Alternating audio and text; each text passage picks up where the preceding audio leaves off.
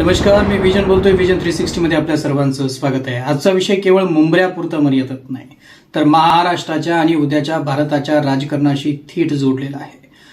अल्लाह कैसा हराया. नुकताच झालेल्या मुंब्रा नगरपालिकेच्या निवडणुकीत MIM ने 4ही जागा जिंकल्या आणि त्यानंतर विजयोत्सवाच्या भाषणात MIMच्या नगरसेविका सहर शेख यांनी मुंब्र्याला हिरवे करू असं विधान केले. हे पहा. जवाब उनको देना है, पूरे के पूरे मुंब्रा को ग्रीन कलर से ऐसे रंगना है कि इन लोगों को यहाँ से बुरी तरह से पछाड़ के भेजना है. इंशाल्लाह हर एक कैंडिडेट इंशाल्लाह 5 साल बाद सिर्फ और सिर्फ MIM का आएगा. पण गेले नाही, अजून लहानपण गेले नाही. ती नगरसेवक म्हणली काय विकास करेल. ती म्हणते कैसे हराया म्हणे. अल्लाह कैसा हराया. हे एक वाक्य सोशल मीडियावर वेगाने व्हायरल झाले आणि त्यावरून संपूर्ण राज्यात चर्चा, वाद आणि राजकीय प्रतिक्रिया सुरू झाल्या. काही लोक म्हणतात हे फक्त विकासाचे रूपक आहे, तर अनेक हिंदू समाजात या वाक्यामुळे अस्वस्थता निर्माण झाली. कारण राजकारणात शब्दांना अर्थ असतो, रंगांना अर्थ असतो आणि इतिहासाची पार्श्वभूमी असते. आता मुंब्रा काय आहे पाहूया. मुंब्रा हे ठाण्याच्या जवळ असलेलं हे एक उपनगर मुंबई पासून 40 किलोमीटर अंतरावर आहे. मुंब्र्यात खाडी असल्याने मोगल काळात कल्याणच्या किल्ल्याची राखण करणारी चौकी म्हणून वसलेल्या या गावात 17व्या शतकात जहाज बांधणीचा उद्योग भरभराटीस आला.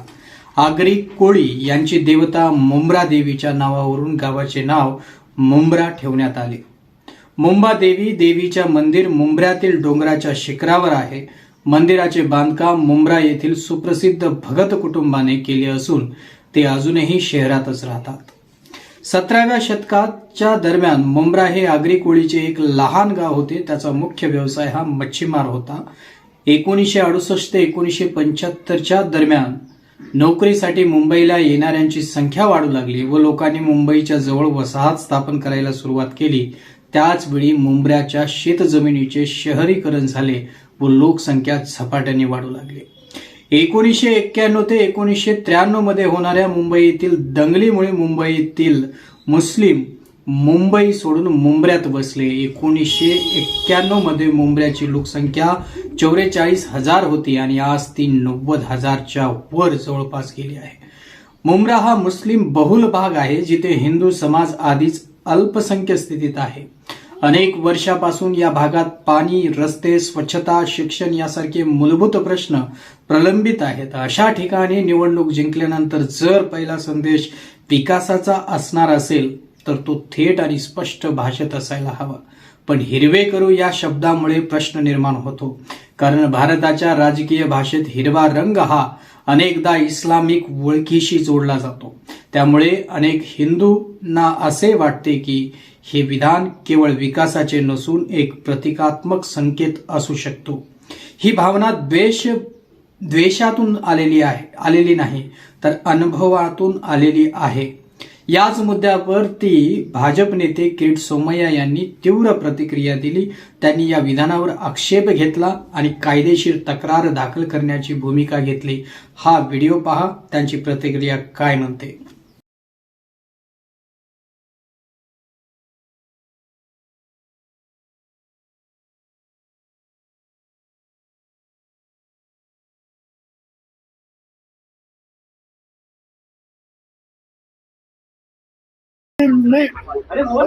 MIMच्या नेत्यांनी दिशाभूल करण्याचा प्रयत्न केला आहे. पोलीस स्टेशन येथे निरंजन डावखरे, आमचे स्थानीय प्रमुख भगत साहेब, आम्ही तक्रार दिली आहे. पोलिसांनी मला माहिती दिली, पत्र दाखवलं की MIMच्या नेत्यांनी माफी मागितली आहे, पण ती माफी दिशाभूल करणारी आहे. एक तर खोटं सांगतात की आम्ही झाडं लावून हिरवगार करणार होतो. त्या भाषणात त्यांचा अर्थ जो MIMचा हा गुपित प्लान आहे, त्याने मालेगाव मधून सगळ्या हिंदूंना हकललं. मानखुर्द मध्ये 100% मुस्लिम झाले. आता मुंब्रामध्ये 80% मुस्लिम, 20% हिंदू आहेत. त्या 20% हिंदूंना धमकी दिली होती. आता त्यांनी माफी मागितली, पण अशी माफी आम्हाला मान्य नाही की इतर धर्मीयांचा भावना. मी पोलिसांना सांगितलं आहे, हिंदूंना धमकी दिली आहे त्यांच्यावर कारवाई करावीच लागणार. मुंबईमध्ये जातीय सलोखा बिघडतो असं चित्र दिसतंय का? मुंब्रामध्ये जातीय सलोख्यासारखं राहिलंच नाही. त्यांनी हिंदूंना हाकलून काढलंय, धमक्या देऊन, मारून, त्यांनी जमीन बळकावून, एका बाजूला लव जिहाद, दुसऱ्या बाजूला लँड जिहाद, तिसऱ्या बाजूला वोट जिहाद, आणि उरलेला जिहाद आता 5 वर्षात पूर्ण करू. त्यांचं एक नॅशनल चित्र आहे. निवडणुकीच्या काळात पण त्यांचा अध्यक्ष ओवेसीनी पण सांगितलं होतं, अन्य नेत्यांनी सांगितलं होतं, MIMचा मुंबईचा उपाध्यक्षांनी सांगितलं, मी त्यावेळी सांगितलं की हिंदूचं जन्म प्रमाण 1.3 आणि मुस्लिमांचं 2.6, म्हणजे हिंदू परिवारात 13 मुलं होतात, त्यावेळी तिथे 26. तर त्यांनी काय सांगितलं होतं, हम मुस्लिम महिला 26 बच्चों को जन्म दिया, 36 किरीट तुम्हें आके पेट में क्यों दुखता है.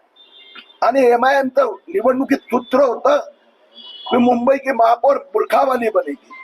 म्हणून हे त्यांचं लक्ष आहे की मुंब्रामधलं उरलेले 20% हिंदूंना हकलायचं आणि नंतर मुंबईला मुस्लिम मुंबई बनवायचं. असं जरी असलं तरी अमरावतीमध्ये पाहिलं तर भाजप आणि MIM एकत्र असल्याचे दिसतंय. असं MIMचा सोबत कुठे, MIM म्हणजे नवीन मुस्लिम लीग, त्यांच्याबरोबर कुठे जाण्याचा प्रश्न नाही. जर भाजपचा कुठला कार्यकर्त्यांनी कुठे गोंधळ केला तर त्यांच्यावरही कारवाई होणार. तर शहर शेख यांनी जे विधान केलेलं आहे त्यामध्ये ते म्हणतात की आम्ही वृक्षारोपण करतो, आणि जर ते वृक्षारोपण करत असेल, हिरवळ वाढवत असेल, तर मग तुम्ही पोलीस स्टेशन मध्ये येताय, कसं पाहायचं याकडे? मी तो व्हिडिओ आता पोलिसांना दिला, तिथं स्पष्ट भाषण आहे, कुठे वृक्षही नाही, झेंडाही नाही, काही नाही. या अल्लाह इंशाअल्लाह हम अगले 5 साल में पूरे मुंब्रा को हरा रंग से भर देंगे.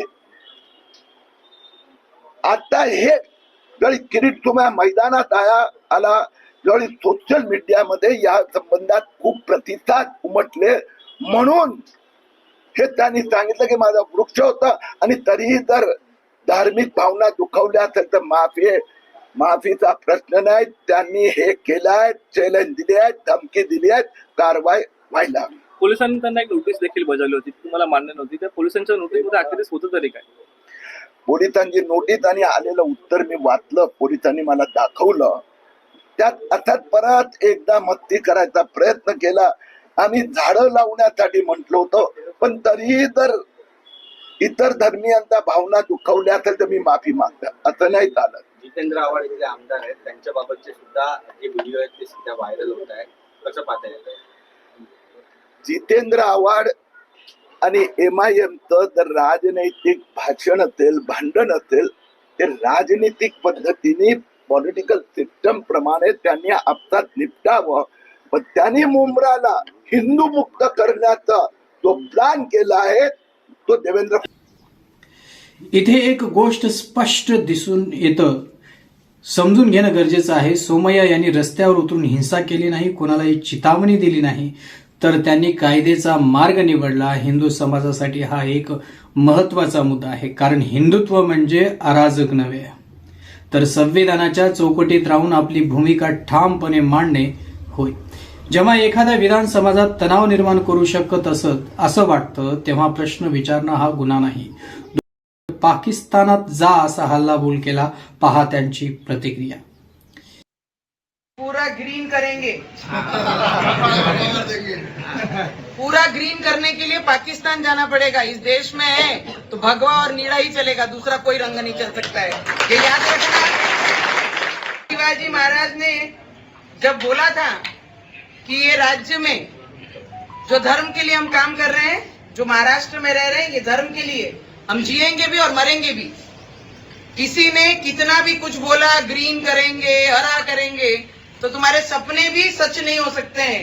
ये याद रखना. इस देश में ऐसे कार्यकर्ता, ऐसे भक्त और हमारे जैसे लोग, हम पॉलिटिक्स में भी हैं, राजकारण में भी हैं, पराम हिंदू समाज आज अस्वस्थ का आहे हेही समजून घ्यायला हवं. काश्मीर पासून बंगालपर्यंत, केरळ पासून मालेगाव आणि भिवंडीपर्यंत अनेक ठिकाणी हिंदूंनी काही अनुभव पाहिले आहेत. आधी लोकसंख्येतील बदल, मग धार्मिक घोषणाबाजी आणि हळूहळू हिंदू समाज मागे पडतो असा एक पॅटर्न अनेकांना दिसतो.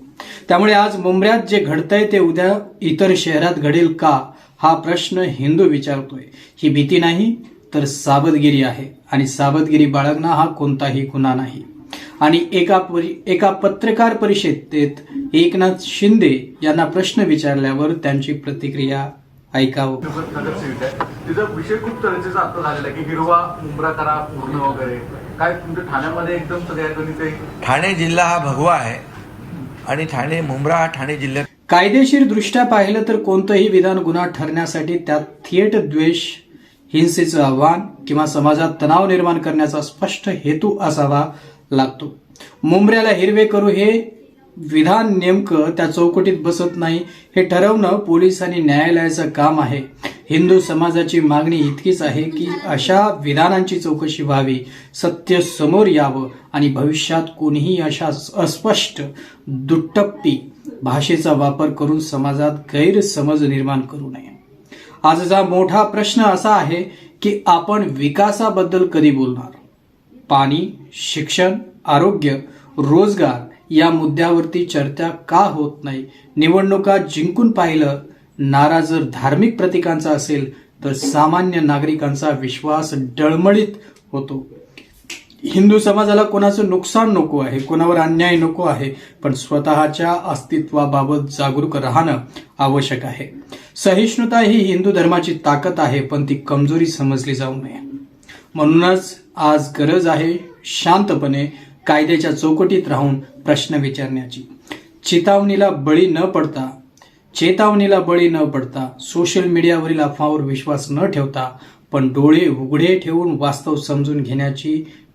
लोकशाहीत मतं मांडणं हा अधिकार आहे आणि हिंदू समाज तो अधिकार वापरणारच. निर्णय कोर्ट आणि कायदा घेईल, पण चर्चा थांबू नये, कारण प्रश्न विचारणारा समाजात जिवंत असतो. तुम्हाला काय वाटतं? मुंबऱ्याला हिरवे करू हे केवळ विकासाचं वाक्य होतं की त्यामागे वेगळा संकेत आहे? तुमचं मत सभ्य भाषेत कमेंटमध्ये नक्की सांगा. हा व्हिडिओ हिंदू समाजाने विचार करावा म्हणून आहे, द्वेष पसरण्यासाठी नाही. व्हिडिओ आवडला असेल तर लाईक करा, शेअर करा आणि सबस्क्राईब करा, जेणेकरून असे मुद्दे शांतपणे आणि स्पष्टपणे मांडता येतील. जय हिंद.